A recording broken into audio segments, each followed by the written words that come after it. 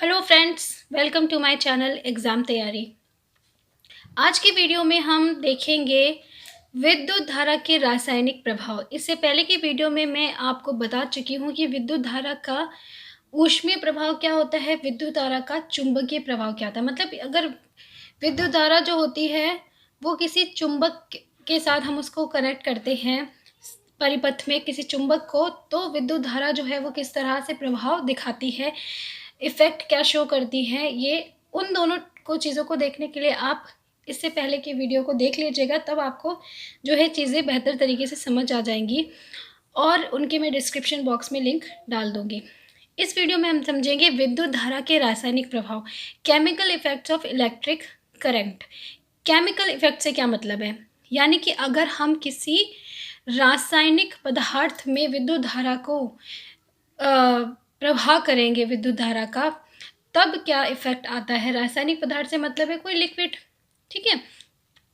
तो क्या द्रव विद्युत चालन करते हैं, यानी क्या जो लिक्विड होते हैं उनमें भी इलेक्ट्रिसिटी जो है वो कंडक्ट होती है, यानी क्या वो भी विद्युत धारा के सुचालक होते हैं। तो इसके लिए हम क्या देखेंगे, हम करेंगे एक्सपेरिमेंट। हमने यहाँ पे क्या लिया है, हमने एक विद्युत परिपथ बनाया है। विद्युत परिपथ कैसे बनेगा हमारा, ये हमारी है बैटरी, ठीक है। बैटरी का एक हिस्सा जो है वो पॉजिटिव होता है, एक नेगेटिव होता है। पॉजिटिव को एनोड कहते हैं, नेगेटिव को कैथोड कहते हैं। और हमने जोड़ दिया है बीच में यहाँ पे बल्ब। अब बल्ब क्यों जोड़ा है, ताकि हमें पता चल सके कि इस परिपथ में विद्युत धारा जो है वो प्रवाहित हो रही है कि नहीं। अब इसके एक सिरे को हमने, दोनों सिरों को मतलब हमने नींबू के रस में रख दिया है। मतलब एक बीकर में हमने क्या लिया है, नींबू का रस लिया। नींबू का रस क्या हो गया, एक लिक्विड हो गया, ठीक है। अब हम देखेंगे कि क्या विद्युत धारा इस जल से प्रवाहित होती है और यहाँ से फिर यहाँ तक पहुँचती है और बल्ब को जला पाती है कि नहीं। तो आइए देखते हैं।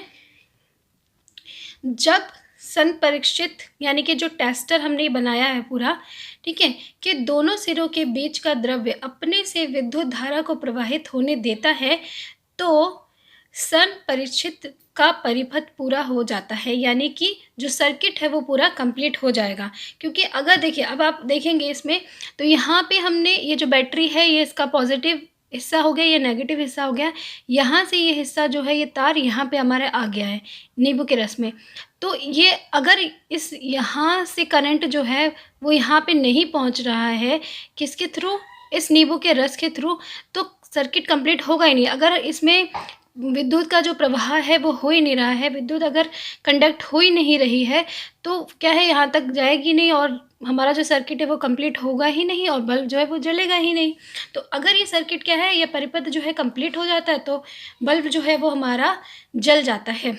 जब द्रव्य विद्युत धारा को प्रवाहित नहीं होने देता है, तो परिपथ पूरा नहीं होता है और बल्ब नहीं जलता है, ठीक है। कुछ चालक ऐसे भी होते हैं कि बल्ब दीप्त ना हो, यानी वो द्रव्य जो है वो चालक तो है, सुचालक तो है, उसमें करंट तो फ्लो हो रहा है, लेकिन फिर भी बल्ब नहीं जल रहा है। वो कब होता है, यदि परिपथ में विद्युत धारा दुर्बल है, यानी कि वीक है, बहुत इतना स्ट्रांग ही नहीं है कि वो बल्ब के जो एलिमेंट है उनको जलने के लिए ज़रूरत है, उतनी इलेक्ट्रिसिटी का फ्लो हो ही नहीं रहा है, तो भले आपका जो सर्किट है वो पूरा हो रहा है, फिर भी बल्ब नहीं जलेगा।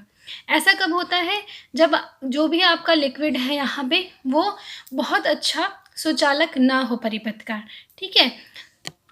तो विद्युत धारा दुर्लभ है, तो तंतु फिलामेंट पर्याप्त गर्म नहीं हो पाएगा और जिसके कारण बल्ब जो है वो जलेगा नहीं। अब आप बल्ब की जगह कोई दूसरी चीज़ यूज़ कर सकते हैं। तो दुर्बल धारा वाले जो हमारे लिक्विड हैं, उनको हम क्या कर सकते हैं, जो दुर्बल धारा को पता करने के लिए हम विद्युत धारा के चुंबकीय प्रभाव का प्रयोग कर सकते हैं, ठीक है।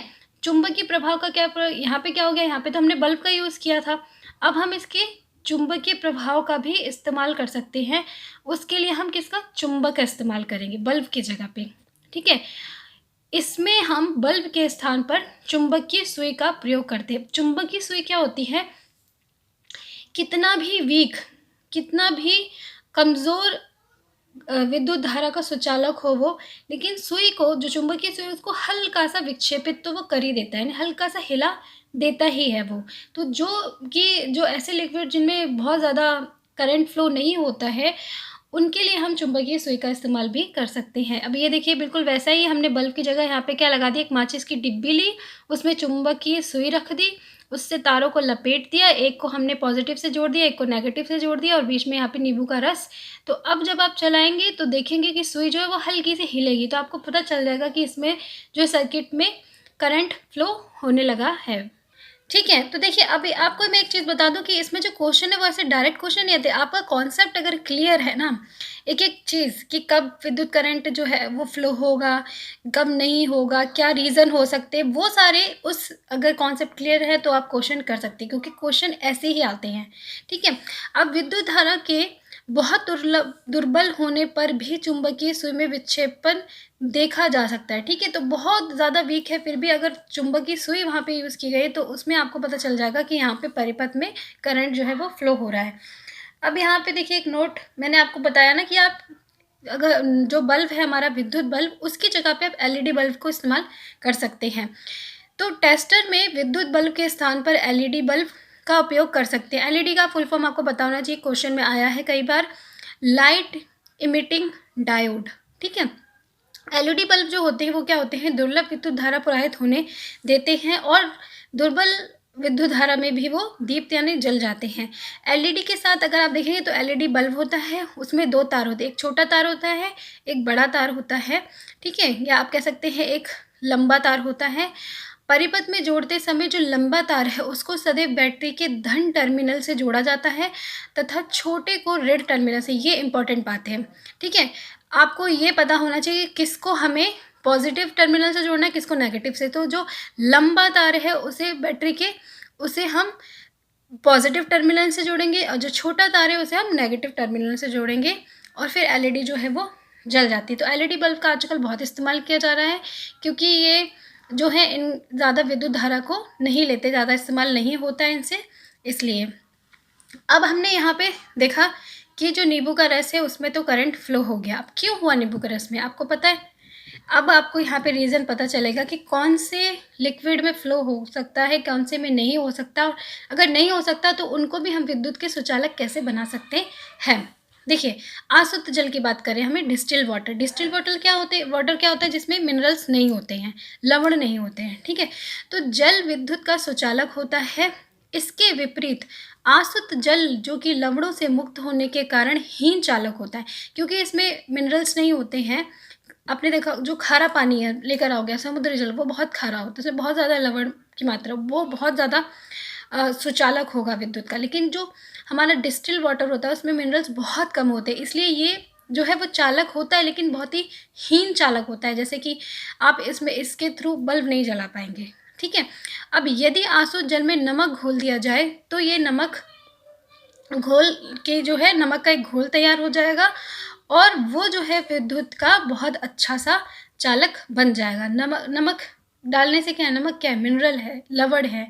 तो लवण है यानी कि Na पॉजिटिव, ठीक है, सोडियम, तो वो नमक का फॉर्मूला क्या होता है NaCl। अब वो क्या कर देगा, वो उस जल को अब चालक बना देगा, अच्छा चालक बना देगा। ठीक है, क्योंकि ये क्या है, इलेक्ट्रोलाइट्स हैं। इलेक्ट्रोलाइट्स जो है वो हमारे इलेक्ट्रिसिटी को प्रवाह होने में हेल्प करेंगे। तो नेक्स्ट है फिर लवण जल को चालक बना देता है, इसलिए गीले हाथों से विद्युत उपकरण को नहीं छूना चाहिए। इसीलिए बोला जाता है कि आपके गीले हाथों, हाथ गीले हैं तो आप तारों को मत छुओ, क्योंकि नमक होता है, जल में नमक होता है और फिर उससे फिर क्या आपका करंट फ्लो हो जाएगा। अब ये क्वेश्चन इसी तरह से आते हैं कि आपको दे दिया जाएगा कि ऐसे ऐसे डिस्टिल वाटर है उसमें, और फिर जब हम उसमें नमक का, पहले उसमें उसके द्वारा जो है बल्ब नहीं जलता है, लेकिन जब हम उसमें नमक मिला देते हैं तो बल्ब जल जाता है। इसका क्या रीज़न यह हो सकता है कि इसको जलाने के लिए हमें क्या करना है, इसमें नमक मिलाना है, इसमें कुछ भी आपको ऑप्शन दे देंगे। तो आपको याद रखना है कि अगर आप किसी भी लिक्विड में नमक मिला रहे हैं, कोई लवण मिला रहे हैं, तो वो जो है उस लिक्विड की जो सुचालकता को बढ़ा देगा। ठीक है, विद्युत चालन करने वाले अधिकांश द्रव अम्लों, अब क्या क्या चीज़ें हैं जिनकी वजह से एक लिक्विड जो है उसकी जो सुचालकता है वो बढ़ जाती है। या तो हम उसमें कोई एसिड मिला दें, जैसे नींबू का रस क्या है, सिट्रिक एसिड है, HCl, ठीक है, ये भी एसिड है। या कोई क्षार मिला दे, जैसे कास्टिक सोडा हो गया, पोटेशियम आयोडाइड है, या लवण मिला दे जैसे नमक, ये सभी जो हैं इनकी वजह से जो द्रव होते हैं यानी लिक्विड जो होते हैं वो विद्युत के चालक होते हैं। ठीक है, नेक्स्ट देखते हैं विद्युत धारा के रासायनिक प्रभाव। अब रासायनिक प्रभाव क्या है, यानी कि जब लिक्विड जो भी है उसमें विद्युत धारा प्रवाहित होती है तो उससे क्या क्या प्रभाव, क्या क्या इफेक्ट होते हैं। ठीक है, इसके लिए हम एक एक्सपेरिमेंट करते हैं। हमने एक परिपथ बनाया है, ठीक है, एक बीकर लिया है, बीकर में हमने एक जल लिया है और उस जल में हमने 2 रॉड, जो हमने हमारा जो पॉजिटिव साइड है और जो नेगेटिव साइड है उसको 2 कार्बन की छड़ से हमने बांध दिया है। ठीक है, और छड़ के जो सिरे हैं उन्हें हमने, देखिए जल से बाहर हैं, छड़ के सिरे जो हैं वो जल से बाहर है, तो इसके लिए आप क्या कर सकते हैं, 2 कीले भी ले सकते हैं, या फिर आप जो पुरानी सेल हो गई है उन सेल से आप जो है कार्बन की छड़ें निकाल कर उनका भी इस्तेमाल यहाँ पे कर सकते हैं। तो 2 लंबी लोहे की कीलों को लेकर उनके सिरों पर तांबे के तार लपेटकर उन्हें एक बैटरी से जोड़िए। ठीक है, सिरों पे क्या किया, तांबे का तार लपेट दिया दोनों में और उसे हमने बैटरी से जोड़ दिया। एक को हमने पॉजिटिव साइड से और एक को हमने नेगेटिव साइड से जोड़ दिया है। इन दोनों कीलों को इलेक्ट्रोड कहते हैं। अब ये क्या कहलाएंगे, ये इलेक्ट्रोड कहलाएंगे। इलेक्ट्रोड क्यों कहलाएंगे, क्योंकि जो वाटर, जो जल है उसमें जो इलेक्ट्रॉन्स हैं वो मूवमेंट करेंगे इनकी तरफ। ठीक है, किसी चालक विलयन से विद्युत धारा प्रवाहित होने पर रासायनिक अभिक्रिया होती है। ठीक है, अब देखो हमने ये पूरा सेट कर लिया, अब इसमें हमने बैटरी भी लगा दी। जब इसमें क्या होता है, विद्युत धारा प्रवाहित होती है तो विलयन, अब ये क्या है, ये एक चालक विलयन बन गया है ना, इलेक्ट्रोलाइट्स, ठीक है, इसमें है। तो अब इसमें क्या होता है कि रासायनिक अभिक्रिया शुरू हो जाएगी विद्युत धारा के प्रभाव के कारण। इसके फलस्वरूप इलेक्ट्रोड पर गैस के बुलबुले बन सकते हैं। 2 इलेक्ट्रोड हमने बनाया, एक को पॉजिटिव से जोड़ा, एक को नेगेटिव। ठीक है, तो इलेक्ट्रोडो एक पॉजिटिव की तरफ है वो है एनोड और एक नेगेटिव की तरफ है वो है कैथोड। ठीक है, तो इलेक्ट्रोड पर धातु के निक्षेप देखे जा सकते हैं। इससे क्या, जब इस पर विद्युत धारा प्रवाहित होगी तो इलेक्ट्रोड के पास बुलबुले उठेंगे और जिससे जो धातु है उसका डिपोजिशन होने लगेगा, वो उसकी परत जमने लगेगी। ठीक है, विलयनों के रंग में परिवर्तन हो सकते हैं। इसके अलावा आप जो विलयन है उसके में भी रंग में परिवर्तन होंगे, क्योंकि जो भी आप रॉड इस्तेमाल कर रहे हो उससे भी धातु जो है वो उस विलयन में आकर मिलने लगेगी। अभी आप इसे देखेंगे अच्छे से, एक एक्सपेरिमेंट से मैं आपको बताऊंगी। यह रासायनिक अभिक्रिया विलयन तथा इलेक्ट्रोड पर निर्भर करती है। अब ये जो रासायनिक प्रक्रिया किस पे डिपेंड करेगी, ये डिपेंड करेगी एक तो विलयन पे, आपका किस चीज़ का विलयन है, और इलेक्ट्रोड पे, यानी इलेक्ट्रोड के लिए आपने कौन सा धातु का इस्तेमाल किया है। ठीक है, ये विद्युत धारा के कुछ रासायनिक प्रभाव हैं। विद्युत धारा आलू में भी रासायनिक प्रभाव उत्पन्न करती है। जब आप आलू में, अगर इसी तरह से आपने यहाँ पे लिक्विड रखा, लिक्विड की जगह अगर आप आलू को रखें, आलू से कैथोड को जोड़ें और एनोड को जोड़ें, ठीक है, यानी एक पॉजिटिव साइड को और एक नेगेटिव साइड को जोड़े आलू से, तो आप देखेंगे जो उसका पॉजिटिव साइड है वहाँ पे थोड़ा सा नीला नीला आपको दाग सा दिखने लगेगा। क्यों, तो रासायनिक जो विद्युत धारा है वो आलू में भी रासायनिक प्रभाव उत्पन्न करती है।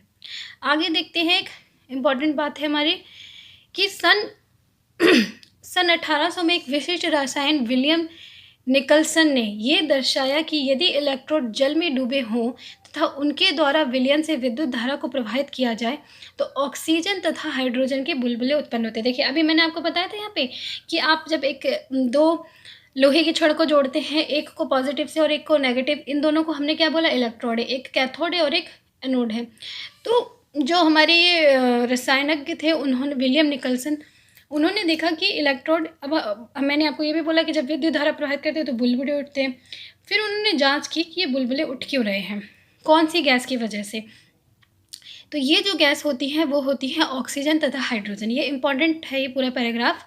ऑक्सीजन और हाइड्रोजन होती है, और ऑक्सीजन के जो बुलबुले होते हैं वो बैटरी के पॉजिटिव टर्मिनल से जुड़े इलेक्ट्रोड पर, यानी कि अब ऑक्सीजन पे क्या होता है, नेगेटिव चार्ज होता है, इसलिए ये पॉजिटिव की तरफ जाती है, और हाइड्रोजन के बुलबुले दूसरे इलेक्ट्रोड, मैंने यहाँ पे गलती से ये नेगेटिव, यहाँ पे आ गया नेगेटिव। और जो हाइड्रोजन है उसके बुलबुले दूसरे इलेक्ट्रोड यानी कि नेगेटिव पे जाते हैं, क्योंकि हाइड्रोजन पे क्या होता है, पॉजिटिव साइन होता है। तो पॉजिटिव जो आपके एलिमेंट्स हैं वो हमारे जाएंगे नेगेटिव इलेक्ट्रोड की तरफ, और जो नेगेटिव हैं वो हमारे पॉजिटिव की ओर जाते हैं। ठीक है, तो आप इस चीज़ को याद रखिए कि जब जो विद्युत धारा जो है वो किसी विलयन में प्रवाहित की जाती है तो हमेशा उसमें जो बुलबुले उठते हैं वो क्या है, ऑक्सीजन और हाइड्रोजन के उठते हैं। ऑक्सीजन पॉजिटिव की तरफ जाती है और हाइड्रोजन नेगेटिव की तरफ जाती है। अब इसी चीज़ का इस्तेमाल करके विद्युत लेपन किया जाता है, यानी कि जो विद्युत धारा का रासायनिक प्रभाव है ये कि धातु जो है वो एक जगह से दूसरी जगह पे जाने लगती है, तो उसका इस्तेमाल किया जाता है इलेक्ट्रोप्लेटिंग पे, विद्युत लेपन पे। विद्युत लेपन क्या है कि आप एक धातु की जो परत है वो दूसरी धातु पर चढ़ा दें। ठीक है, जैसे कि आपने देखा होगा कि सोने चांदी की, मतलब आपने देखा आर्टिफिशियल ज्वेलरी आती है उस पर परत चढ़ी होती है, इस पे कहते हैं कि इस पे गोल्ड की प्लेटिंग है, इस पे सिल्वर प्लेटिंग है। तो वो क्या है, वो किस तरह से की जाती है, वो इसी तरह से की जाती है इलेक्ट्रोप्लेटिंग के थ्रू, विद्युत लेपन के द्वारा। विद्युत द्वारा किसी पदार्थ पर किसी वांछित धातु की परत निक्षेपित यानी डिपॉजिट करने की प्रक्रिया को विद्युत लेपन कहते हैं। ये विद्युत धारा के रासायनिक प्रभाव का उपयोग है और बहुत ही अच्छा एक सामान्य सा उपयोग है।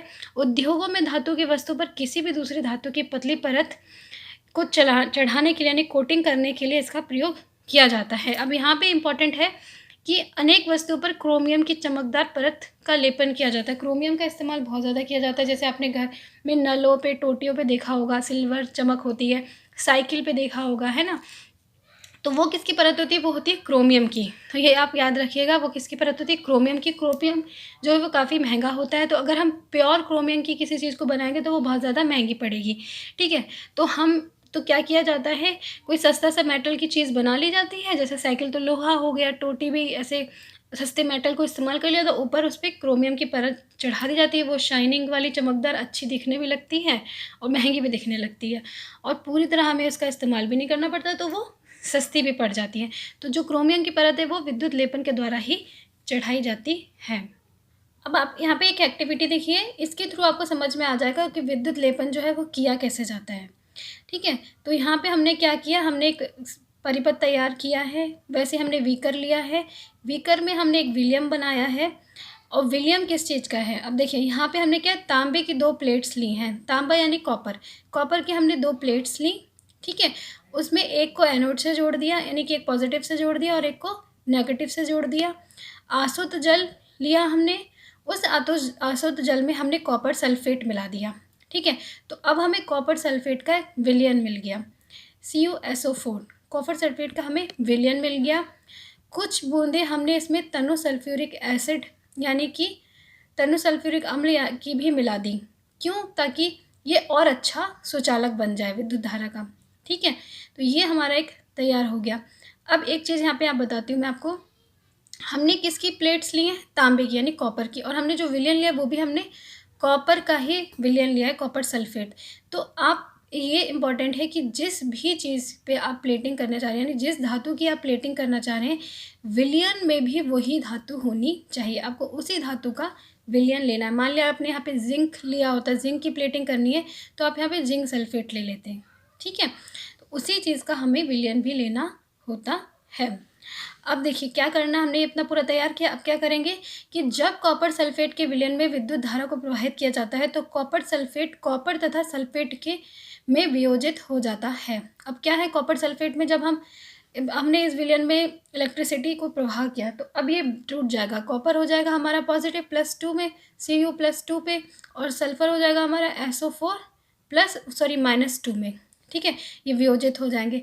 अब कॉपर बैटरी के निगेटिव टर्मिनल से, क्योंकि कॉपर पे क्या है, 2 पॉजिटिव साइन है, पॉजिटिव है तो नेगेटिव की तरफ जाएगा, तो कॉपर बैटरी के निगेटिव टर्मिनल से संयोजित इलेक्ट्रोड की ओर आकर्षित होता है तथा उस पर निक्षेपित हो जाता है। तो अब क्या होगा यहाँ पे, ये यहाँ पे हमारा, मैं आपको यहाँ पे लिख के बता देती हूँ, यहाँ पे क्या होगा, ये हमारा यहाँ पे ये क्योंकि नेगेटिव है तो यहाँ पे हमारा कॉपर जो है वो जाने लगेगा यहाँ से क्योंकि ये क्या है, पॉजिटिव होता है तो कॉपर की जो प्लेटिंग है वो यहाँ से कॉपर निकल के हमारा विलयन से निकल के हमारा इस पे कोटिंग होने लगेगी। ये भी कॉपर की है तो इस पे कोटिंग होने की वजह से ये मोटी होती जाएगी।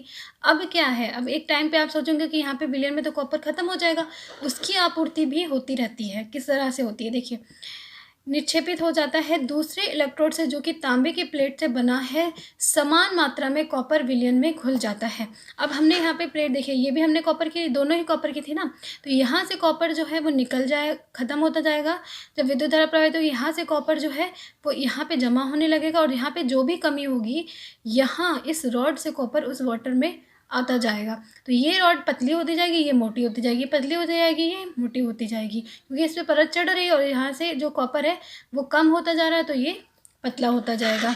ठीक है, दूसरे इलेक्ट्रोड से जो तांबे के प्लेट से बना है, इस प्रकार विलयन में कॉपर जो है उसकी कमी पूरी हो जाती है और ये प्रक्रिया चलती रहती है। अर्थात विद्युत लेपन प्रक्रिया में एक इलेक्ट्रोड से कॉपर दूसरे इलेक्ट्रोड को स्थानांतरित होता जाता है। तो वहाँ से क्या है, एक जो हमारा पॉजिटिव साइड था वहाँ से कॉपर विलयन में आ रहा है और विलयन से होता हुआ कैथोड की तरफ जा रहा है। तो एक रॉड से हमारा दूसरे रॉड में चढ़ता जाएगा।